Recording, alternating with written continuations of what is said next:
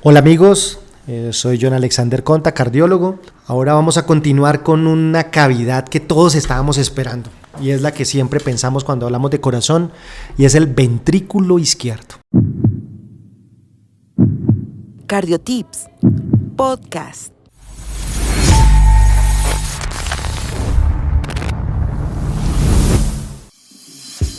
Esta cavidad recibe toda la sangre que pasa por la aurícula izquierda oxigenada en una fase de diástole cuando esa válvula mitral está abierta y llena en una fase diastólica ese ventrículo izquierdo.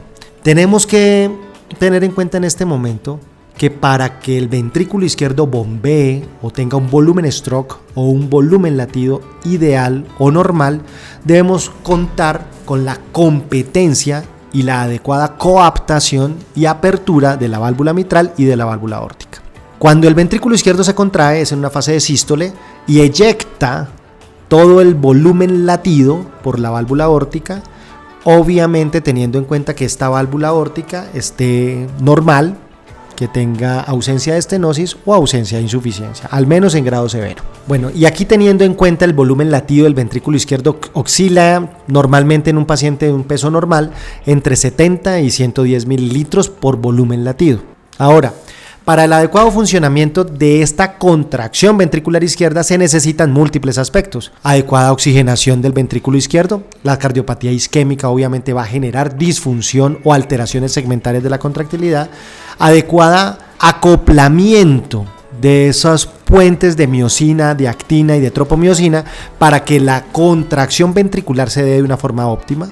Ahora, para que ese ventrículo izquierdo se contraiga de una forma adecuada y sincrónica, requiere de una información eléctrica que va suministrada por la rama izquierda de la información eléctrica del haz de His hacia el ventrículo izquierdo.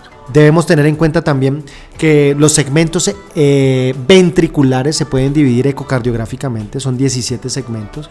También podemos tener en cuenta que esas paredes del ventrículo izquierdo las podemos dividir en una pared anterior, en una pared lateral, en una pared inferior, en una pared posterior y en una pared septal.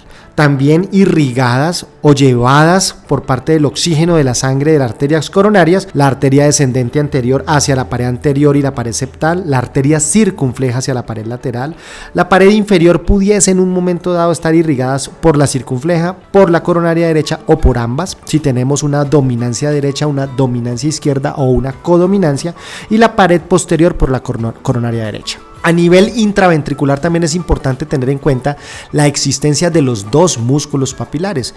Estos músculos papilares a nivel de la contracción del ventrículo izquierdo ofrecen una apertura de la válvula mitral también asociada y en el momento del cierre de esa válvula mitral debemos tener en cuenta que es fundamental la adecuada competencia de las cuerdas tendinosas y del músculo papilar, porque podemos tener cuerdas tendinosas de primer orden, de segundo orden, de tercer orden y dependiendo de la adecuada función de la válvula mitral y del aparato subvalvular depende esa sincronía auriculoventricular y la ausencia de insuficiencia mitral que pudiese generar en un momento una disminución del volumen latido.